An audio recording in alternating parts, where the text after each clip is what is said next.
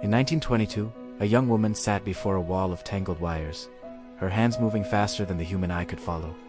She answered 300 calls every single hour. The work was demanding, the hours were long, and the technology was primitive. Yet she showed up every single day, because this job represented something her mother never had. Independence. She was a telephone operator, part of a generation of women who helped build modern America. Their story is one of sacrifice, opportunity, and unintended consequences that still echo today.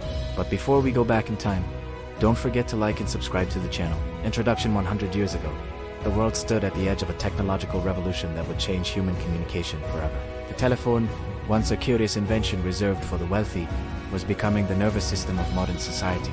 And at the heart of this transformation were women, hundreds of thousands of them, who served as the human connection between every voice that traveled through those copper wires. The year 1922 marked the peak of an era, the golden age of the human telephone operator. Over 190,000 women across America sat before massive switchboards, their fingers dancing across hundreds of jacks and plugs. They were called the voice with a smile. For many young women of that generation, this job was a remarkable opportunity, a chance to work in a clean, modern office instead of a factory floor or someone else's kitchen. It offered something that previous generations of women rarely experienced: economic independence, but like all opportunities, it came with trade-offs. The work was physically demanding, the hours were long, the technology was still primitive and sometimes harsh on the body. This is the true story of the telephone operators of 1922. Women who seized an opportunity created by American innovation, who served their country in wartime, and whose legacy would shape debates about work, technology, and family for generations to come. What you are about to hear is not fiction. Every name is real, every fact is documented, and the questions their story raises remain relevant today. When the first commercial telephone exchanges opened in 1870, companies naturally turned to the same workforce that had proven reliable in the telegraph industry: young men between the ages of 14 and 17. It seemed like a logical choice. These boys were available. They understood the basics of electrical communication, and they had energy to spare. What the telephone companies did not anticipate was how poorly suited these young men would be for customer service. The teenage operators were, by all documented accounts, impatient and unprofessional. They had little tolerance for confused callers who did not understand the new technology. They played pranks, they used rough language, and they frequently ignored calls they found boring. One newspaper from the era described the chaos at early exchanges as barely controlled mayhem.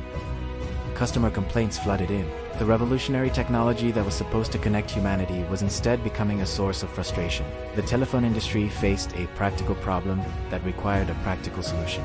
They needed workers who could remain calm under pressure, who had patience for repetitive tasks, and who understood the importance of courtesy in customer interactions.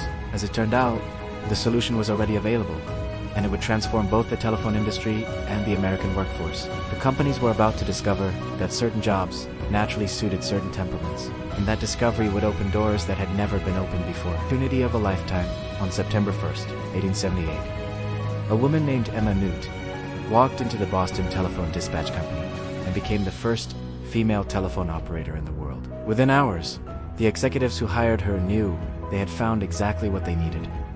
Emma's voice was calm, cultured, and patient. Where the teenage boys had been dismissive, Emma took time with confused callers. Where they had been rude, she was courteous. Customer satisfaction improved immediately. The transformation was so successful that the Boston Telephone Dispatch hired Emma's sister, Stella Nutt, on that very same day. Two sisters, two pioneers, both discovering that a new technology had created a new opportunity. The telephone companies across America took notice. Within months, they began seeking female operators. Within years, the profession had become predominantly female, not because of any mandate or social movement, but because women proved better suited to the specific demands of the work. Emma Nutt worked as a telephone operator for 33 years. She earned $10 per month, working 54 hours per week, wages that seem impossibly low today, but which were comparable to other entry-level positions available to women in that era. More importantly, the job offered something that domestic service or factory work did not: regular hours, clean working conditions, and social respectability. For Emma and thousands of women who followed her, telephone operation represented a step up, a new rung on a ladder that had not existed for their mothers. The free market had created an opportunity, and women seized it. But what would the long-term consequences be for the women themselves, for American families, and for society? Those questions would take decades to fully answer. Chapter 3. The physical demands of a new profession. Every new industry comes with new challenges, and telephone operation was no exception. By 1912, as the profession expanded rapidly, doctors and researchers began documenting the physical toll of switchboard work. Josephine Goldmark, a labor researcher, noted that the demands placed on telephone operators were significant. The constant attention, the repetitive motions, the need for sustained concentration over long hours. The technology of the ERA was primitive by modern standards. Headsets were heavy and pressed uncomfortably against the ears. Switchboards required operators to reach and stretch repeatedly. The pace during busy hours was intense. Operators might handle 200 or more calls per hour during peak times. Some women developed hearing problems from the early headsets. Others experienced back and neck strain from the repetitive motions. These were genuine occupational hazards, similar to those faced by workers in many industries of that era. The American Telephone and Telegraph Company responded by establishing a medical department in 1930, an early example of corporate health programs that would become standard in American industry. The department operated until 1940, providing care for employees and studying ways to reduce workplace strain. It was an imperfect solution to a genuine problem, but it represented an acknowledgement that employers had some responsibility for worker well-being. The physical demands of the job were real, but so was the opportunity. For many women, the trade-off was worth making, especially compared to the alternatives available. The question of whether that calculation was wise would be debated for generations to come. Chapter 4. Discipline and expectations in the workplace. The telephone operators of 1922 worked in an environment that demanded consistency and professionalism. Every call was monitored for quality. Supervisors observed operators to ensure they met performance standards. Conversations between workers during shifts were discouraged. The focus was expected to remain entirely on serving customers. These standards might seem strict by modern sensibilities, but they served a practical purpose. The telephone network was becoming essential infrastructure for American business and daily life. A single careless operator could disconnect an important business call, delay an emergency message, or create confusion that rippled through the system. The companies were building something unprecedented, a real-time communication network spanning an entire continent, and reliability was paramount. The discipline required to maintain that reliability was considerable. Many telephone companies also maintained policies requiring operators to be unmarried. The reasoning, while uncomfortable to modern ears, reflected the assumptions of that era. Married women were expected to prioritize their families, and the demanding schedule of telephone work was seen as incompatible with domestic responsibilities. When women married, they typically left the workforce. Not just telephone operation, but most employment. This was the social norm of 1922, shared by employers and employees alike. The job required what the industry called the voice with a smile, consistent courtesy, regardless of how difficult the caller might be. Operators were trained extensively in proper telephone etiquette. This training was demanding, but it created a workforce known for professionalism and reliability. Whether the trade-offs were worthwhile depended on each woman's individual circumstances. But one thing was certain: the standards were clear, and those who met them found steady employment in a respectable profession. Chapter 5. The strike of 1919. In April of 1919, telephone operators across New England walked off the job in a dispute over wages and working conditions. The strike was led by Julia O'Connor of the Telephone Operators Department, and it captured national attention. For several days, telephone service across major cities was severely disrupted. Businesses struggled to communicate. Families could not reach each other. The strike demonstrated just how essential telephone operators had become to daily American life. The strikers sought higher wages, shorter hours, and changes to workplace policies. They found out the companies argued that they were already paying competitive wages and that the demands were unreasonable given economic conditions. Both sides believed they were in the right. This was the nature of labor disputes: competing interests, competing visions of fairness, and no easy answers. The strike eventually ended with a negotiated settlement. Some operator demands were met, others were not. The episode illustrated a tension that would define much of 20th century American labor relations: workers seeking better conditions, employers seeking to control costs, and society caught in between. What the strike also revealed, perhaps unintentionally, was the fragility of depending on any single workforce for essential services. The telephone companies took note. Within a few years, they would begin investing heavily in automation, not out of spite, but out of practical necessity. A system that could be paralyzed by a walkout was a system with a serious vulnerability. The seeds of technological change were planted in that April of 1919. though few recognized it at the time. Chapter 6. The Hello Girls go to war. When the United States entered World War I in 1917, General Jean Pershing faced an unexpected challenge.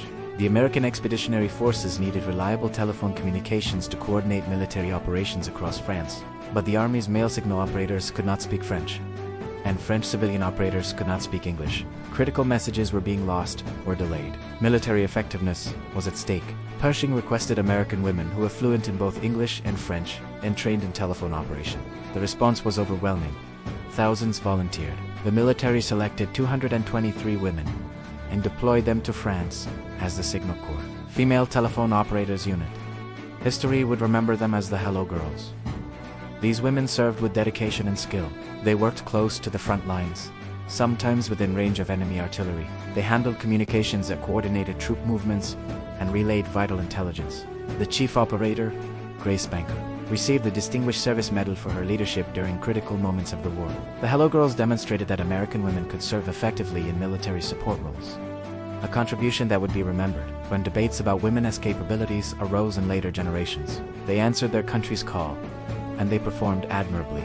Their service was a point of pride, demonstrating both patriotism and competence under pressure. But their story would also become complicated by a bureaucratic question that would take decades to resolve. What exactly was their official status? Chapter 7. The Long Road to Recognition. When the Hello Girls returned home after World War I, they encountered an unexpected bureaucratic obstacle. The Army classified them as civilian contractors rather than military personnel. This meant they were not eligible for veteran status, military pensions, or the benefits provided to soldiers who had served. The classification was not necessarily malicious. It reflected genuine legal ambiguity about the status of women serving with the military in that era. Women could not officially enlist. The Hello Girls had signed contracts rather than taking military oaths.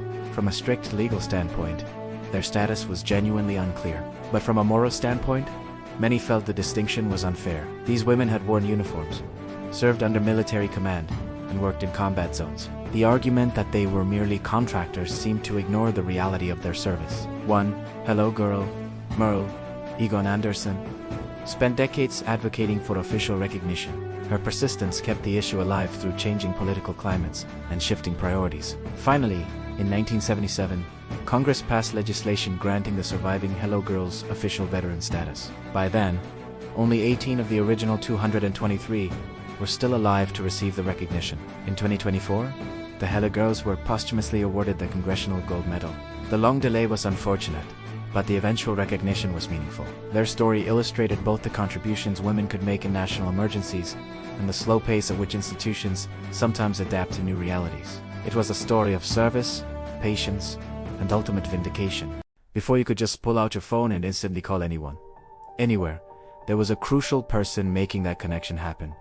The telephone operator. Let's dial back time and explore the fascinating history of these pioneers of communication. When the telephone was first invented by Alexander Graham Bell in 1876, it was a point-to-point system. You could only call one specific other phone. It was like having a private line, which wasn't very practical for a growing society. The solution? The telephone exchange? The first one opened in New Haven, Connecticut in 1878. And who ran these exchanges? Initially, teenage boys. Why boys? They already had experience as telegraph messengers. But there was a problem.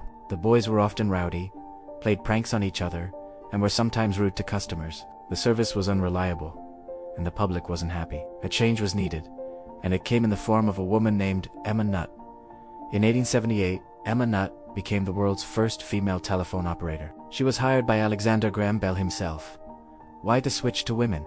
The company believed women were naturally more polite, patient, and had calmer voices, making them perfect for the job. Emma was a huge success. She was professional, efficient, and had a soothing voice that customers appreciated. Soon, hiring women as operators became the industry standard. So what did an operator actually do? Imagine a giant board filled with holes, called jacks, and a web of cords. This was the switchboard. When you wanted to make a call, you'd pick up your receiver, which would light up a lamp on the operator's switchboard next to your line's jack. The operator would then plug one of her cords into your jack and say her iconic line. Number, please. You tell her who you wanted to call, either by name or by their number. She would then take the other end of that cord and plug it into the jack corresponding to the person you were trying to reach. If it was a local call, It was that simple. But for long-distance calls, things got more complex. She might have to connect you to another operator in another city, who would then connect you to the final destination. It was like a human-powered network, with operators acting as the routers. The job was demanding. Operators had to be fast, accurate, and have excellent memories. They often had to memorize the numbers of hundreds, if not thousands, of subscribers in their town. They were also expected to be a source of information. People would call the operator to ask for the time, the weather, or even a doctor in an emergency. They were the original Google, the first Siri. Being an operator was one of the few respectable career paths available to women at the time. It offered good pay and a sense of independence. The companies had very strict rules for their operators. They had to adhere to a strict dress code, and their conduct, both on and off the job, was closely monitored. They were the public face of the phone company, and they had to be perfect. The work itself required intense focus. A busy switchboard was a whirlwind of flashing lights, buzzing sounds, and operators calmly plugging and unplugging cords, all while speaking in modulated, clear voices. During major events, operators were unsung heroes. In fires, floods, or other disasters, they stayed at their posts, connecting emergency services, relaying vital information, and helping frantic families get in touch. They played a crucial role during both World Wars, connecting military lines and keeping the home front informed. Their dedication and bravery often went unnoticed, but their work saved lives and maintained a sense of order in times of chaos. But technology, as it always does, marched on. The beginning of the end for the manual switchboard operator was the invention of the rotary dial phone and automated switching systems. In 1891, an undertaker named Almon Strogar invented an automatic telephone exchange. The legend goes that he was convinced the local operator was diverting calls for his business to his competitor, who happened to be her husband. Whether that's true or not, his invention allowed people to dial numbers directly, bypassing the operator for local calls. This automation didn't happen overnight. It was a gradual process that took decades. For a long time, automated and manual systems existed such you might dial a local call yourself, but you'd still need to call the operator for a long-distance connection. The famous phrase, long distance, please, was a common utterance for generations. By the 1960s and 70s, direct dial long distance was becoming widespread thanks to new electronic switching systems. The role of the switchboard operator who connected every single call began to fade. The job evolved. Operators were still needed for directory assistance, international calls, and helping people with disabilities. But the massive rooms filled with women at switchboards became a thing of the past. The image of the friendly, helpful telephone operator is now a piece of nostalgia, immortalized in old movies and TV shows. They were the human heart of the telephone network for nearly a century. They connected businesses, families, and friends. They were a comforting voice in an emergency and a vital link to the world. Today, our communication is instantaneous and automated. We tap a screen, and a satellite connects us to someone on the other side of the planet. It's incredibly efficient, but we've lost that human touch, that personal connection that came with hearing a real person say, "Operator, how may I help you?" So the next time you make a call without a second thought, take a moment to remember the women who sat at those complex switchboards, weaving together the fabric of our conversations, one plug at a time. They weren't just operators. They were the pioneers who built the very foundation of our connected world. Thanks for watching and taking this journey back in time with us. If you enjoyed this story, don't forget to like this video and subscribe to our channel for more deep dives into history. See you next time.